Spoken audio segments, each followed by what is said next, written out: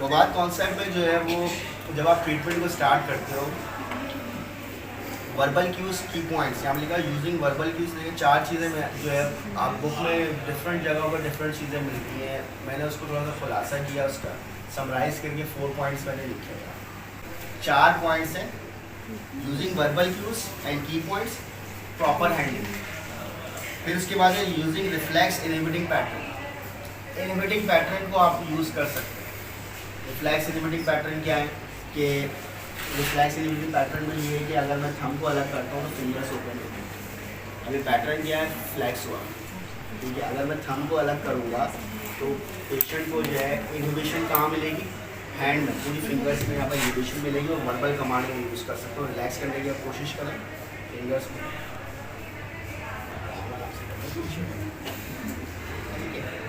तो वो उसको ये इनहिबिटरी पैटर्न। अब आपने एक्सटेंशन कर दी, जब आप एक्सटेंशन करोगे इस पर तो एल्बो जो है ना वो एक्सटेंड होने की, या सुपीरियट करेंगे तो एल्बो एक्सटेंड होने की इनहिबिशन होगी, फ्रैक्चर हो जाएगी, फ्रैक्चर्स का इनहिबिशन मिलेगी।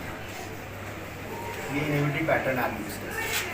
दैन मैं लैटरल रोटेशन ऐड करूँगा शोल्डर पे, तो फिर क्या होगा, जो थोरेसिक स्पाइन है वो एक्सटेंशन हो जाएगा, ठीक है। इसी तरीके से अगर मैं थोरेसिक स्पाइन को एक्सटेंशन में करूँ तो नीचे के जो सारा सिस्टम है वो चेंज है।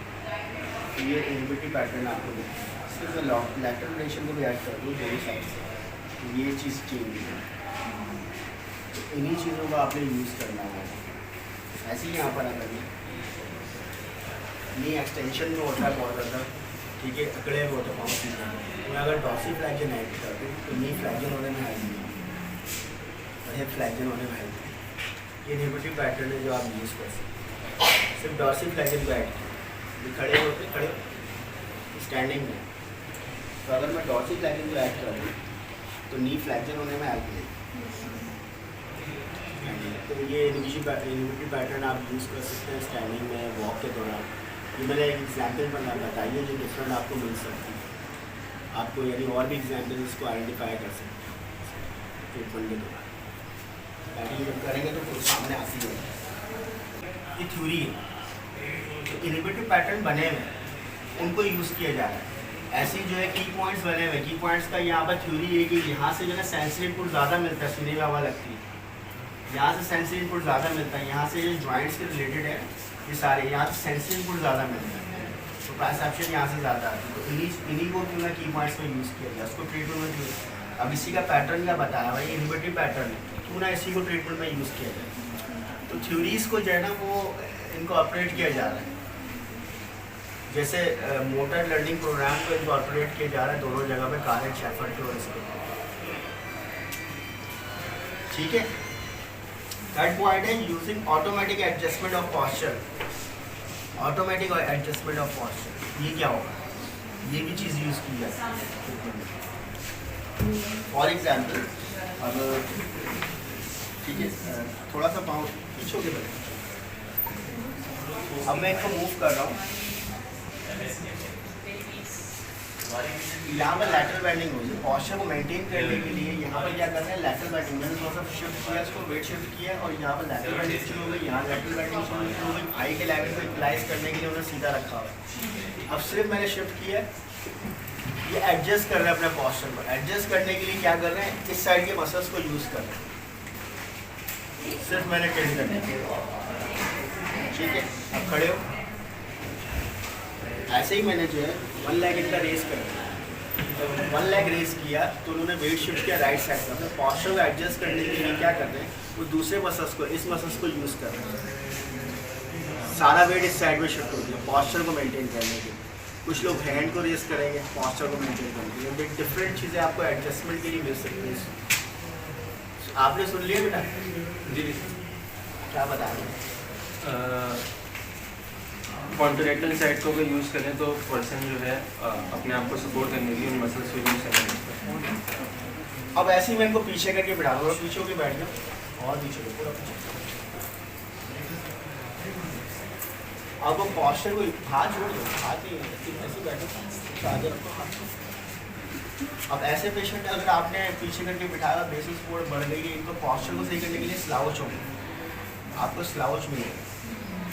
ठीक है, नॉर्मल है, एडजस्टमेंट कर रहा है अपने पॉस्चर को, ये इरेक्ट नहीं करेगा अपने स्पाइन ऐसे बैठा हुआ है। हम लोग जब ज़मीन पर बैठते हैं तो स्लाउच होकर बैठते, अपने पॉस्चर को एडजस्ट कर लेंगे। ऐसे ही अगर मैं इसी को एडजस्ट करना है ट्रीटमेंट के मुकाबले में, तो मैं नीचे ले आऊँगा, नीचे आ जाओ और नीचे आ जाओ। जितना मैं इसको आगे करता जाऊँगा उतना ये इरेक्ट हो जाएगा। अच्छा, ऐसे डिफरेंट पॉस्चर है। अब जैसे ये खड़ी हुई टिल्ट हो गई तो नेक को बैंड किया हुआ है। अब ये पैटर्न है, तो इसको जो है ना पूरा पॉस्चर को सही किया हुआ है, एडजस्ट किया हुआ है, थोड़ा सा बैंडिंग की वजह से। ज़रा सा मेरे पास टिल्ट आ जाएगा, यूँ पाऊँ अगर मैंने शूज़ एक ऊंचा पहना हुआ है, देखिए एक नीचे है, तो मेरी लेग लेंथ है बड़ी है, तो उसमें पॉस्चर को मेंटेन करने की पूरी डेविएशन चेंज नहीं जाएगी। यहाँ पर देखिए लैटरल बेंडिंग आ गई। अब ये थ्योरी है, ये होता है, इसी को ट्रीटमेंट यूज़ कर ली जाए। जैसे मैं बात कर रहा था थ्योरी है, पीएनएफ की थ्योरीज पर काम करना ना, ये सारी रोटेशन जो होती है, जब भी एलिवेशन होगी तो लैटरल रोटेशन होगी, जब भी नीचे की मूवमेंट होगी तो मीडियल रोटेशन, थ्योरी है, उसको ट्रीटमेंट पर यूज़ कर लिया। ऐसे ही इन थ्योरीज को ट्रीटमेंट पर यूज़ किया जाए, प्रोसीजर्स बनाए, ठीक है। अच्छा, अगर मैं कोई ट्रीटमेंट करूँगा उसके पीछे थ्योरी होना ज़रूरी है। अगर आपके पास थ्योरी नहीं है, आप ट्रीटमेंट आपकी जो है वो हम मानेंगे नहीं, थ्योरी होना ज़रूरी है। ऐसे ही मैं कोई ट्रीटमेंट नहीं कर सकता। मैं अगर आपको कोई नई ट्रीटमेंट बताऊँगा तो आप सिर्फ रिजल्ट के ब्याह पे थोड़ी बोल सकते हो आइए, जब तक आप उसकी बेस नहीं बताओगे किस तरीके से ये कर रहा है, ट्रीटमेंट इफेक्ट कैसे कर रहा है। थ्योरी बताई जाती है तो फिर उसके ब्याह पे आप ट्रीटमेंट कर सकते हैं। तो थर्ड पॉइंट हो गया एडजस्टमेंट वाला। एडजस्टमेंट की एग्जाम्पल्स और बहुत सी मिल जाएंगी आप। Posture adjustment, shifting body weight shift करते हैं तो पॉस्चर चेंज हो जाता है। आप जब भी बॉडी वेट शिफ्ट करते हैं पॉस्चर चेंज हो जाता है, और बॉडी वेट शिफ्ट करके ट्रीटमेंट कर सकते हैं। यहाँ पर ये किया जाएगा कि आप बॉडी वेट शिफ्ट कर रहे हो, मैं वॉल भी करूँगा, अभी बॉडी वेट शिफ्ट किया हुआ वॉल भी करूँगा। ट्रीटमेंट का पैटर्न यहाँ पर होगा, बॉडी वेट के साथ एक्सरसाइज की जाए। ज़्यादातर आप देखते हो जो वो बाद अप्रोच यूज़ करता है, ज़्यादातर बॉडी वेट के साथ ही एक्सरसाइज यूज़ करता है। आप ये वाली साइड को ट्रीट करना है तो आप ये वाली साइड को उठा दो, शिफ्ट कर दिया बॉडी लेफ्ट साइड स्टैंड को दिया। इस साइड को आपने ट्रीट करना है, यहाँ पर ट्रीटमेंट करनी है तो आप ये वाली साइड को उठा दो। इस बॉडी वेट को शिफ्ट किया तो यहाँ पर इसेंट्रिक एक्टिविटी यानी शिफ्टिंग कर रहे हैं जस्ट, ये चीज़ें आपको मिलती है। जैसे मैं वॉक करते हुए शिफ्ट कर रहा था तो इनको वॉक कर रहे थे, वहाँ पर ही बॉडी वेट शिफ्ट किया जाता है। आप स्टैपर रख के ट्रीटमेंट करते हो, स्टैपर रख के बॉडी वेट को ट्रीट करते हैं, बॉडी वेट शिफ्ट करते हैं। आप बेस ऑफ सपोर्ट को क्लियर करने के लिए बॉडी वेट शिफ्ट करते हैं। तो 4 पॉइंट्स हैं हमारे पास, वर्बल क्यूज, की पॉइंट्स, रिफ्लेक्स इनहिबिटिंग पैटर्न, ठीक है। फिर उसके बाद है ऑटोमेटिक एडजस्टमेंट ऑफ पॉस्चर और शिफ्टिंग बॉडी वेट। ये 4 चीज़ें आपको आनी चाहिए। हर एक बात थेरेपिस्ट अलग है, डिफरेंट तरीके से करता है। मैं बेसिक चीज़ें आपको एग्जाम्पल्स सुनूंगा जो मैं आपको बताऊँगा।